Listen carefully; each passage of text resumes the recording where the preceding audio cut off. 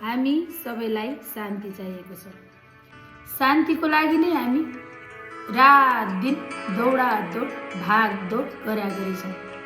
तर शान्ति कहाँबाट पाउँछ, सुख कहाँबाट पाउँछ कसैलाई थाहा छैन। सुख शान्ति बाहिर पाउँदैन, भौतिक कुराहरूले सुख शान्ति पाउँदैन। हेर्नुहोस् है। र जबसम्म तपाईँ भिडको हिस्सा बन्नुहुन्छ नि, तपाईँ सुख शान्ति महसुस गर्नुहुन्न। तपाईँ आफूलाई अलग राखेर अनि आइसोलेसन भन्छ, आफूलाई निहाल्न थाल्नुभयो भने, भित्रभित्र हेर्न थाल्नुभयो भने हजुरले आफ्ना कमी कमजोरीहरू देख्न स्टार्ट गर्नुहुन्छ।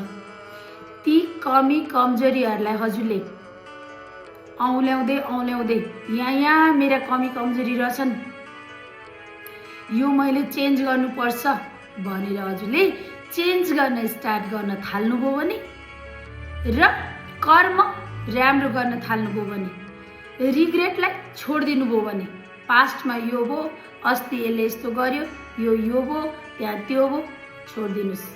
पास्टको कुरा सबै छोडिदिनुहोस्। तपाईँले पास्टबाट धेरै कुरा सिक्नु भएको छ। कुनै पनि घटनाहरू पास्टमा घटेका छन् भने त्यहाँबाट तपाईँले धेरै लेसन सिकिसक्नु भएको छ। तपाईँलाई हरेक पलले केही कुरा सिकाउन आएको छ। तपाईँ त्यो कुराबाट सिकेर बाहिर निस्किनुहुन्छ। तपाईँ त्यही कुरालाई पक्रेर नबस्नुहोस्। त्यो कुरालाई तपाईँ पक्रेर बस्न थाल्नु भने तपाईँ कहिल्यै शान्ति पाउनुहुन्न।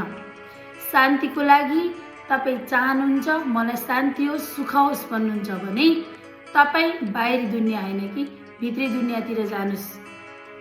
तपाईँ ज्यादा अर्काको गसिपको पात्र नबन्नुहोस्। त्यसले के गर्यो, उसले के गर्यो, उसले यो गर्यो, त्यसले यो गर्यो, त्यसलाई जित्नु छ, त्यसलाई हराउनु छ, छोडिदिनुहोस्। तपाईँ कसैले हराउन जित्न आउनुभएको होइन। तपाईँलाई चाहिएको के कुरा हो, मार्ग कहाँ जानु छ त्यता जानुहोस्। जो जितोस् जो हारोस्, कोहीसँग कम्पिटिसन नगर्नुहोस्। फलानु यति गर्यो म यति गर्नुपर्छ, छोडिदिनुहोस्। तपाईँ जहाँ आउनुहुन्छ त्यहीँ ठिक हुनुहुन्छ, त्यहीँ सही हुनुहुन्छ। अरूलाई हराउनलाई पछि लागेको गर्नुभयो भने तपाईँले खोइ त आफूलाई काम गर्नुभयो। आफूलाई काम गर्नपट्टि लाग्नुहोस्, अरूलाई हराउन होइन। आफूलाई काम गर्न थाल्नुभयो, आफ्नो साथी आफू बनाउनुभयो, आफूभित्रको इनर वर्क गरेर तपाईँ स्ट्रङ बन्नुभयो, तपाईँले सबै कुरा बुझ्न थाल्नुभयो भने तपाईँ कोहीसँग जित्नु नि पर्दैन, हार्नु नि पर्दैन। अर्कोले के भन्यो, उसले के भन्यो, कान बन्द गरिदिनुहोस्। केही बन्नु छ हजुर, कानलाई पहिले बन्द गरिदिनुहोस्। र दुःख एकपछि एक आइरहेछ भने तपाईँलाई केही सिकाउन र तपाईँको लाइफमा टर्निङ पोइन्ट पाउनुहुन्छ भनेर सम्झिनुहोस्। नआत्तिनुहोस्। त्यो दुःखबाट तपाईँले धेरै कुरा सिकेर बाहिर निस्किँदै हुनुहुन्छ। सुनलाई पनि पग्लाएर बल्ल गहनाहरू बनाउँछ, त्यतिकै बन्दैन। निख्रिनु छ भने तपाईँलाई डिभाइन युनिभर्सले खार्छ, तप्पन दिन्छ, तपाउँछ।